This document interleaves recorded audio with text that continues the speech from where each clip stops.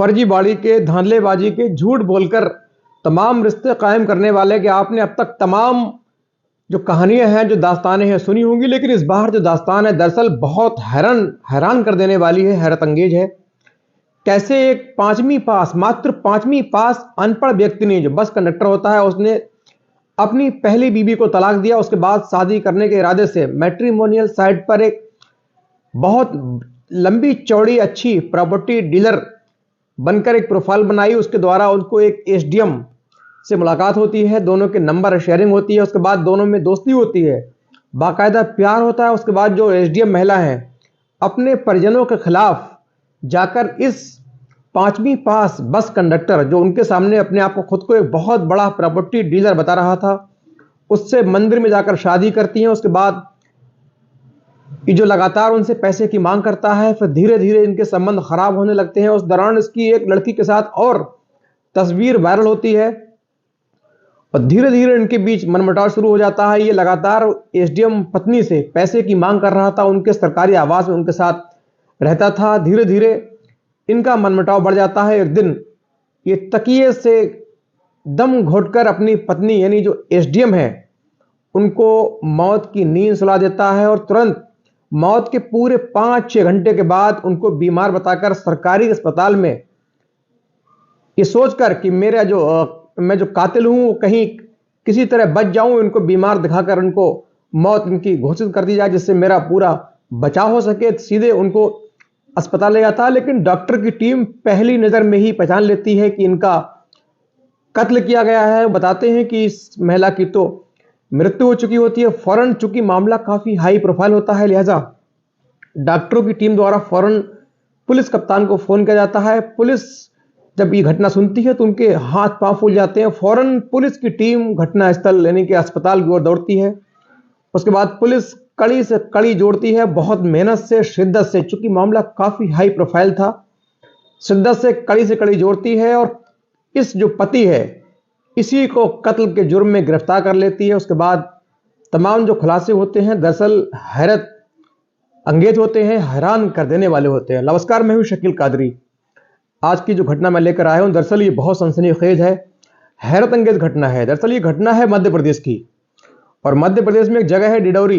डिडौरी में तहसील है शाहपुरा। वहां की एसडीएम होती है निशा नापित। निशा नापित होती हैं 28 जनवरी को इनका जो पति है मनीष शर्मा, उनको 28 जनवरी को बाकायदा अस्पताल लेके जाता है। वहां डॉक्टरों से कहता है मेरी पत्नी है, इनको मैंने मना किया अमरूद मत खाइए, गाजर का जूस मत पीजिए, लेकिन मेरे मना करने के बावजूद ये मेरी गैर मौजूदगी में अमरूद भी खाती हैं और गाजर भी खाती हैं। सर्दी का मौसम है लिहाजा बीमार हो गई हैं, अब ये कुछ बोल नहीं रही हैं, आप देखिए इनका फौरन इलाज करिए। लेकिन डॉक्टर की टीम प्रथम दृष्टया देखती है तो जांच लेती है कि ये एक मर्डर है और ये मर्डर अब का नहीं, कुछ घंटे पहले का है, लिहाजा फौरन पुलिस को फोन किया जाता है। पुलिस फिर कड़ी से कड़ी जोड़ती है। उसके बाद तमाम जो खुलासे होते हैं वो बहुत सनसनीखेज और हैरत अंगेज होते हैं।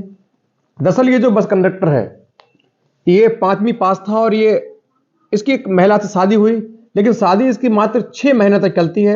6 महीने बाद ही ये अपनी पत्नी को स्वेच्छा से तलाक दे देता है। उसके बाद एक बस में कंडक्टरी करता है, चूंकि पढ़ा लिखा था नहीं, आवारा टाइप का था, क्रिमिनल स्वभाव का था, लिहाजा इसके जो परिजन हैं, घर वाले हैं, उन्होंने इसका साथ छोड़ दिया था। इसको बिल्कुल बातचीत करने को तैयार न थे। इससे अपना जो रिश्ता है पूरा खत्म कर चुके थे। ये अकेला घूम रहा था।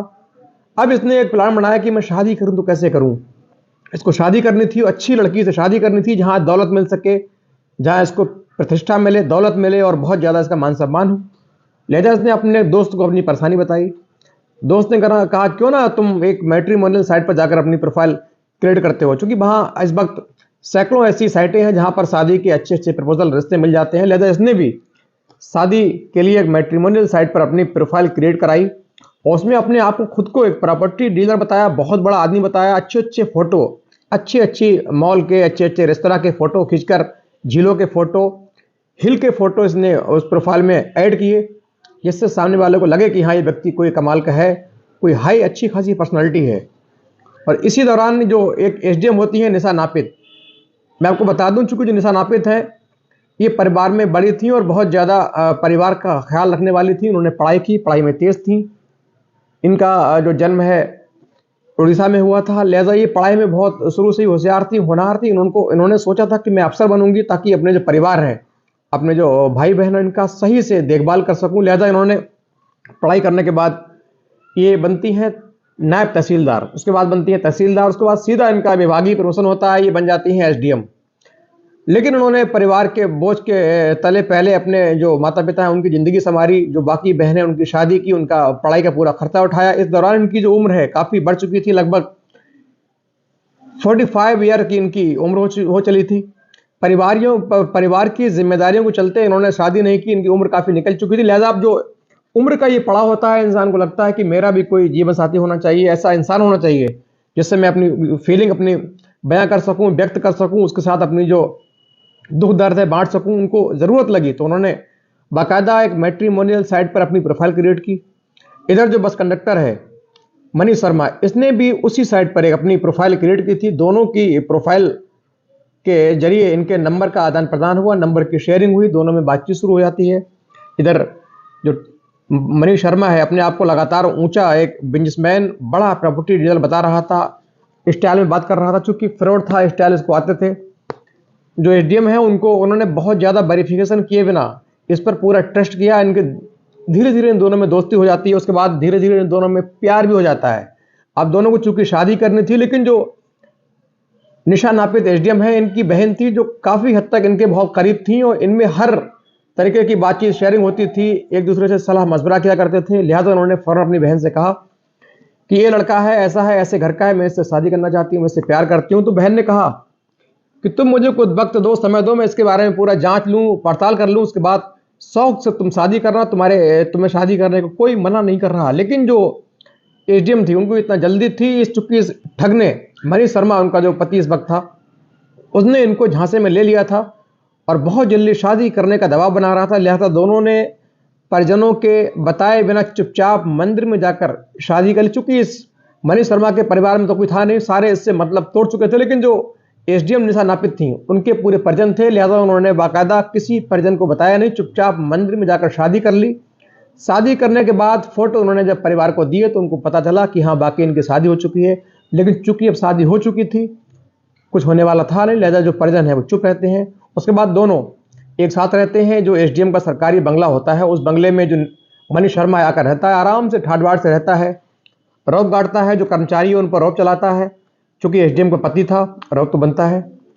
लेकिन धीरे धीरे जो निशा नापित हैं, इनके संबंध उनको ये मालूम चल चुका था कि इसकी जो प्रवृत्ति है वो अच्छी नहीं है, खराब प्रवृत्ति का है। चूंकि साथ रहते थे तो धीरे धीरे इसके जो अवगुण हैं वो उनको नजर आने लगे थे। वो भाग चुकी थी कि मैंने वाकई अपने परिजनों का कहना न मानकर बहुत बड़ी गलती की है। चूंकि अब मैंने जो जिंदगी पहले सिंगल थी सही थी, अब मैंने और ज्यादा जिंदगी को अपना खराब कर लिया है, अपनी लाइफ कांटों के झुरमुट में फंसा ली है। लेकिन चूंकि शादी हो चुकी थी, इतनी आसानी से अलग होना आसान नहीं था। उन्होंने सोचा कि चलिए किसी प्रकार आज नहीं तो कल इसको अकल आएगी, ठीक रहेगा, मेरी जिंदगी फिर से अच्छी होगी। लेकिन ये जो बदमाश प्रवृत्ति का जो उनका पति था मनीष शर्मा, इसको लगातार ऊंचे ख्वाब देखने की आदत थी, खर्चे महंगे शौक थे, लगातार उनसे पैसों की डिमांड करता। चूंकि कोई काम करता था नहीं, लिहाजा उनसे लगातार पैसों की मांग कर रहा था। कभी 2 लाख, कभी 1 लाख, कभी 50,000 लगातार पैसे लेकर खर्चा कर रहा था। कभी एक बार तो इसने बिजनेस के बारे में से कहा, मैं बेकार हूं, बेरोजगार हूं, मेरे पास काम होना चाहिए। बाकायदा उन्होंने अपनी सैलरी से लोन करवाकर इसको 5 लाख रुपए भी दिए। लेकिन कुछ ही दिनों में उनको भी चढ़ कर जाता है, उसके बाद फिर पैसों की मांग करता है। लेकिन जो एसडीएम निशा नापित हैं, अब वो भाप चुकी थी कि जो पति है ये किसी वक्त भी मुझे धोखा दे सकता है, इसकी नज़रों में सिर्फ पैसा है, इसने सिर्फ पैसे के लिए मुझसे शादी की है, धोखे से शादी की है। लेकिन चूंकि शादी हो चुकी थी तो बहुत जल्दी बैक जाना इतना आसान नहीं होता। लिहाजा उन्होंने अपनी बहन से कहा कि मैंने तुम्हारी बात न मानकर बहुत बड़ी गलती की है, मेरी जिंदगी पहले से भी दुश्वार हो गई है, जीना हराम हो गया। ये व्यक्ति एक नंबर का फ्रॉड है, झूठा है, मक्कार है, इसको सिर्फ पैसों की लत है। अब चूंकि शादी हो चुकी थी तो इतना जल्दी आसान अलग होना ये आसान काम नहीं होता। लिहाजा उन्होंने जो भी उनका नॉमिनी है, तमाम उनकी जो सैलरी है, बाकी जो अकाउंट थे, उनमें नॉमिनी उन्होंने जानबूझ के अपनी बहन को बनाया। उनको मालूम था कि ये व्यक्ति कभी भी पैसे के लिए उनको मार सकता है, उनकी जान ले सकता है। लिहाजा उन्होंने अपनी जो तमाम डॉक्यूमेंट में, जो ऑफिशियल डॉक्यूमेंट है, सब में जो नॉमिनी है अपनी बहन को बना रखा था। यही बात इस मनीष शर्मा को अखर रही थी। लगातार उनसे कह रहा था कि तुम नॉमिनी मुझे क्यों नहीं बना रही हो, मैं तुम्हारा पति हूं, मैं भी तुम्हारा सारी जिंदगी साथ दूंगा, साथ रहूंगा, तुम मुझे छोड़कर अपनी बहन को नामनी बना रही हो, ये अच्छा नहीं कर रही हो। इसी बात पर दोनों में आए दिन झगड़ा होता रहता था, लड़ाइयाँ होती थी, कलेश होता था। और अभी कुछ दिन पहले बाकायदा इसका सोशल मीडिया पर एक वीडियो वायरल हुआ था जिसमें किसी महिला के साथ बैठा नजर आ रहा है। एक महिला की डीपी पर इसकी तस्वीर भी लगी थी, इसके साथ उसकी फोटो भी लगी थी, लेकिन मामला खुलासा होने के बाद उस महिला ने इसकी डीपी, अपनी डीपी से इसके फोटो और तस्वीर हटा ली, लेकिन यही बात घर में कलह का कारण बनी। अभी लगातार धीरे धीरे पैसों की मांग कर रहा था, अपनी जो हकीकत है, जो औकात है, जो सच्चाई उस पर आ रहा था। चूंकि बस कंडक्टर था, खराब प्रवृत्ति का था, खराब स्वभाव का था, बेकार था, दुश्वार था, नकारा था, ये लगातार उनसे पैसों की मांग कर रहा था, उनका सम्मान नहीं कर रहा था। एसडीएम के आगे बहुत बड़ी मजबूरी ये थी कि अब वो कहें तो किससे कहें, चूंकि उन्होंने शादी की, परिवार की मर्जी के खिलाफ की, उनकी रजामंदी के खिलाफ की, चूंकि उनसे कहने में भी उनको संकोच हो रहा था, शर्म आ रही थी, लिहाजा उन्होंने काफी हद तक इसकी जो कमियां हैं, इसके जो जुल्म है, उनको सह रही थी। सोच रही थी किसी तरह बाहर फजीता ना बने, फजीयत ना हो, चूंकि बड़े जिम्मेदार संवैधानिक पद पर थी, ईस्ट शाहपुरा की एसडीएम थी, तो उनको लग रहा था कहने कि इस मामले को ज्यादा तूल ना दिया जाए, घर में ही इसका सॉर्ट आउट किया जाए। लेकिन जो आवारा पति है मान नहीं रहा था, लगातार उनसे पैसों की डिमांड कर रहा था, उन पर लगातार ये फोर्स कर रहा था कि सारे जो ऑफिशियल डॉक्यूमेंट है उसमें नामिनी मुझे बनाओ। लेकिन निशा नापित किसी भी हद तक इसको, किसी भी कीमत पर इसको नॉमिनी बनाने को तैयार ना थी। यही कारण बनी कि निशा नापित की हत्या हो गई। निशा नापित को इसने बाकायदा कई महीनों से मारने का प्लानिंग किया। इसने बाकायदा उसको मारने के लिए कई आइडिया यूट्यूब पर देखे, तमाम जगह से इसने आइडिया कॉपी किए, लेकिन इसको कोई काम ना आया। धीरे धीरे इसने निशा नापित से फर्जी झूठे तरीके से मोहब्बत शुरू कर दी।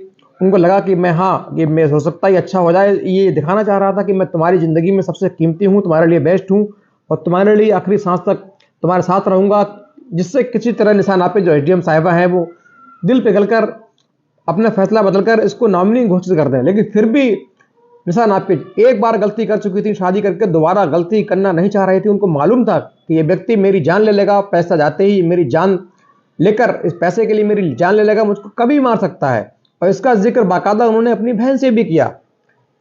धीरे धीरे लिहाजा जो इन्होंने जब नॉमिनी नहीं बनाया तो संबंध बिगड़े, संबंध बिगड़ते रहे, लगातार संबंध खराब हो रहे थे। धीरे धीरे संबंध इतने बिगड़े कि इस मनीष शर्मा जो 5वीं पास कंडक्टर पति था, जिसने फर्जी तरीके से एसडीएम साहिबा से शादी की, इसने सोचा कि किसी तरह इसको खत्म कर दूं और खत्म करके मैं कहीं दूर चला जाऊं और खत्म ऐसे करूं कि इसकी, इनका जो कत्ल है, उसका जो इल्जाम है, मेरे सर पर ना आए। इसीलिए उसने बाकायदा उनको 28 जनवरी को ही सुबह को तकिए से उनका मुंह इतनी जोर से दबाया कि उनकी नाक से ब्लड भी आया। ये ब्लड बाकायदा उनके कपड़ों पर, उनकी जो पिलो है उनकी, उसके कवर पर, बेडशीट पर बाकायदा खून के छींटे लगे। उसके बाद काफ़ी देर तक ये तकिया दबाए रहता है। चूँकि ये पति था, हट्टा कट्टा था, एक आदमी था, इसके आगे जो एसडीएम साहिबा है जितना विरोध उन्होंने किया, कर सकती थी वो किया होगा, लेकिन सफल न हो सकी। इसने उनका लगातार नाक दबाए रखी। उसके बाद उनकी दर्दनाक तरीके से मृत्यु हो जाती है। उसके बाद ये शव के पास 4-5 घंटे तक बैठा रहता है, प्लानिंग करता है कि मैं क्या करूं कि मैं बच जाऊं।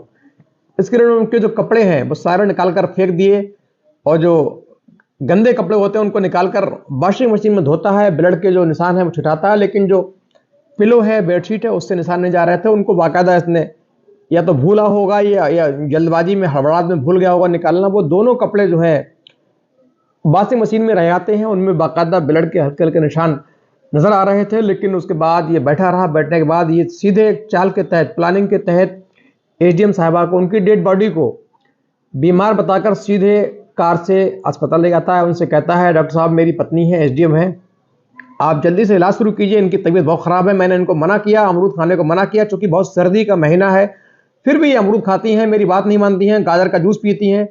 सर्दी की वजह से इनकी तबीयत अचानक ख़राब हुई और जब मैं घर पहुंचा तो उनको फ़ौरन इसी हालत में लेकर आया हूं। लेकिन डॉक्टर ने प्रथम दृष्टया देखने के बाद बताया, सोचा कि ये अब जिंदा नहीं है, इनकी मौत हो चुकी है। लेकिन चूंकि मामला हाई प्रोफाइल था, डॉक्टरों ने देखा कि इनकी तो मौत साधारण मौत नहीं है, नेचुरली मौत नहीं है, इनका मर्डर किया गया है। चूंकि मामला एक हाई प्रोफाइल था, एसडीएम साहिबा से जुड़ा था, लिहाजा फौरन पुलिस की आलाधिकारी को इत्तला दी गई। पुलिस फौरन मौके पर पहुंची।